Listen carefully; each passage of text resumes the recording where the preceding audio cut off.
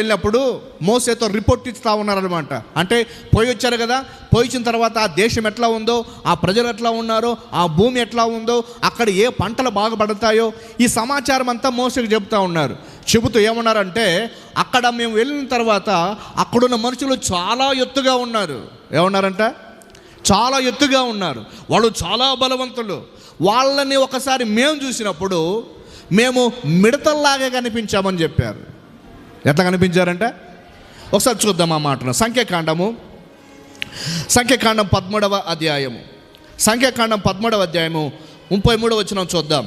సంఖ్యాకాండము 13వ అధ్యాయము 33వ వచనం. అక్కడ నెఫీలియా సంబంధికులైన అనాకు వంశపు నెఫినీలను చూచితిమి. మా దృష్టికి మేము మిడతల వలె ఉంటిమి, వారి దృష్టికి కూడా అట్లే ఉంటిమి అన్నారు. వీళ్ళు ఏం సమాధానం ఇస్తూ ఉన్నారంటే, నెఫీనీలు అనే వ్యక్తులు మేము చూసాము, వాళ్ళు చాలా పెద్దవాళ్ళు, ఉన్నత దేహులు. వాళ్ళని చూసినప్పుడు మాకు అనిపించింది మేము మిడతల్లాగా ఉన్నాము అనిపించిందంట వాళ్ళకి. ఎట్లా కనిపించిందంట? ఇప్పుడు ఎత్తున్న వాళ్ళని, హైట్ ఉన్న వాళ్ళని, వెయిట్ ఉన్న వాళ్ళని చూస్తే వాళ్ళకంటే మనం బాగాలేమని చెప్పుకోవచ్చు, అంతేగాని వాళ్ళని చూసిన వెంటనే వీళ్ళు దడుచుకున్నారు. ఏమన్నా తెలుసా? వాళ్ళని చూసిన తర్వాత మేము మిడతల్లాగా కనిపించాము, మేము మిడతల్లాగే కాదు వాళ్ళకు కూడా అట్లే కనిపించామని